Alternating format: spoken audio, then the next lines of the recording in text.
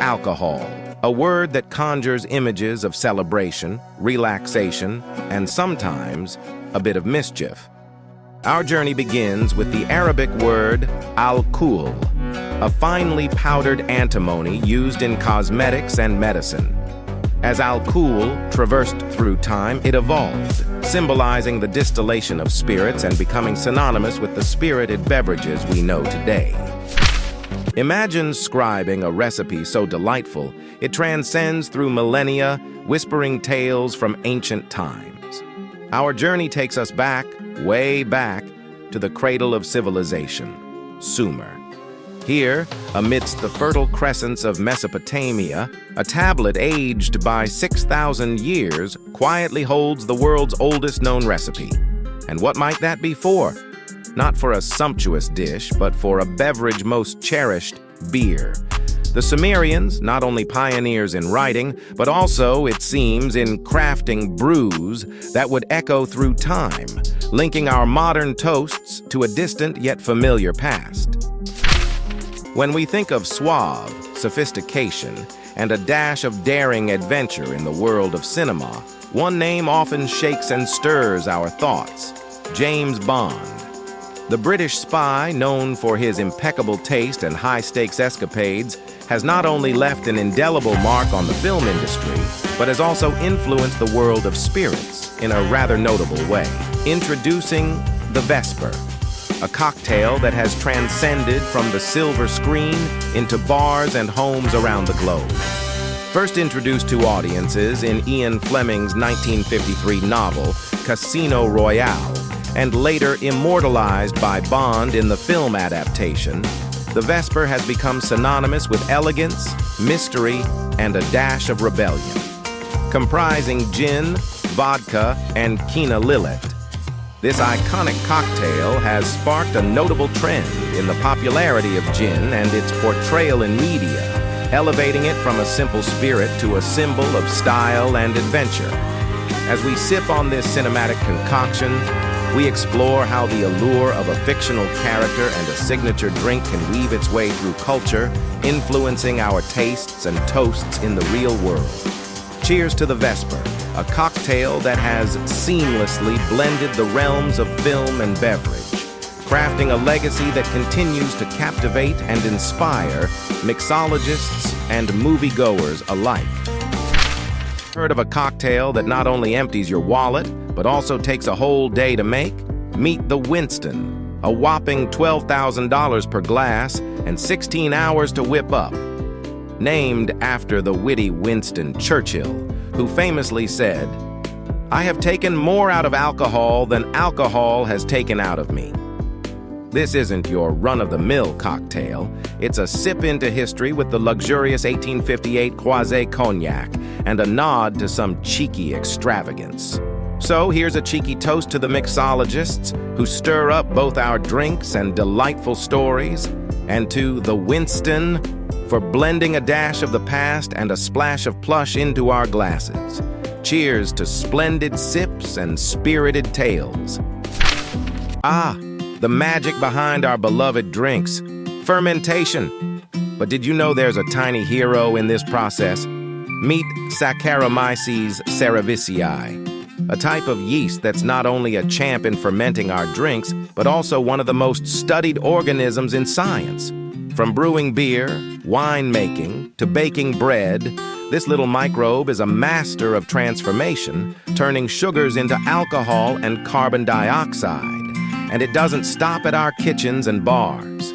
Scientists adore it, utilizing it in biotechnology, studying our genes, and even developing medicines. So here's a bubbly cheer to Saccharomyces cerevisiae, our tiny yet mighty ally in both happy hours and scientific breakthroughs. Let's talk about absinthe, the legendary green fairy that's fluttered through bars and tales with a dash of mischief and rebellion. Once banned in the US and Europe, it was believed to cause wild hallucinations and was a favorite among artists like Van Gogh and writers like Wilde. But was it really a trip to a fairy world, or just a spirited spirit?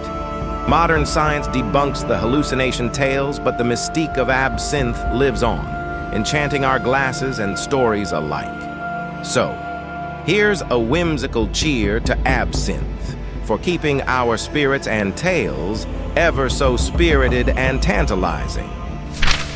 Delving into the mysteries of liquors, we uncover the secret-shrouded tale of chartreuse, a French liquor whose recipe is a closely guarded secret known only to 2 monks at any given time.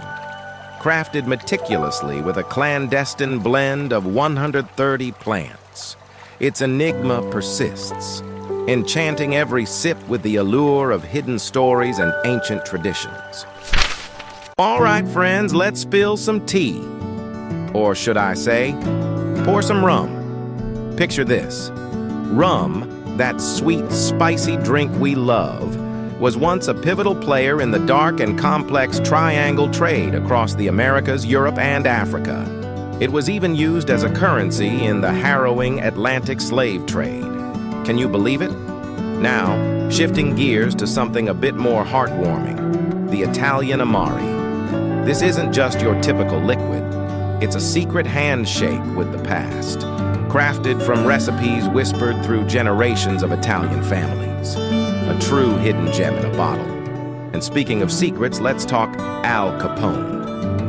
Beneath the bustling streets of Chicago, he navigated a network of hidden tunnels, smuggling alcohol and giving authorities the slip during the Prohibition era.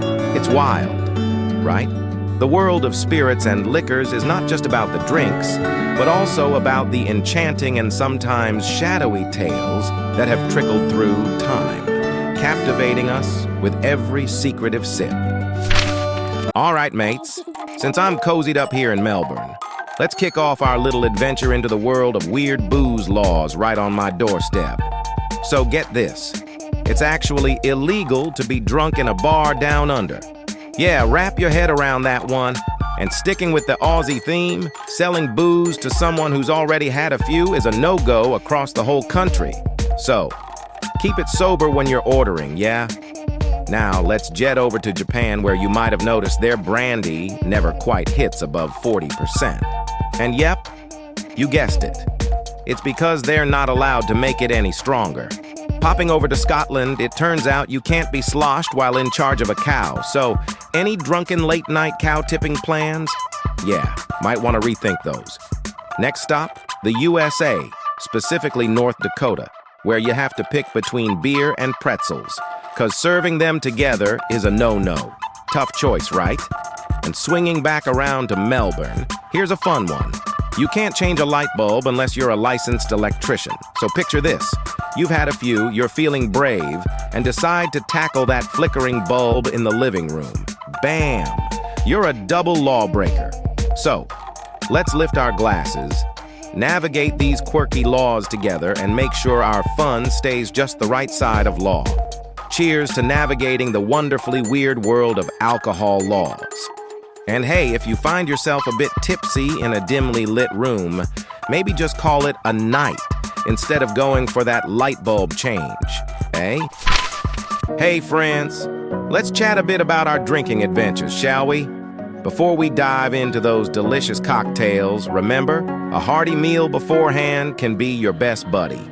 And while we're enjoying those good times, let's sneak in some water between those drinks, a little secret to dodge that dreaded hangover. Now, here's a cheeky fact. A little wine enjoyed in moderation has sometimes been linked to a happy heart in a few studies. But as we raise our glasses and cheer, let's keep it light and mindful, because the best tales are both wild and wise, right? So here's to clever drinking, belly laughs, and creating memories that are just a tad blurry around the edges. Cheers to us, the clever connoisseurs. And, oh boy, after all this toasting, I might need to take a leaf out of my own book. Feeling a bit wobbly over here.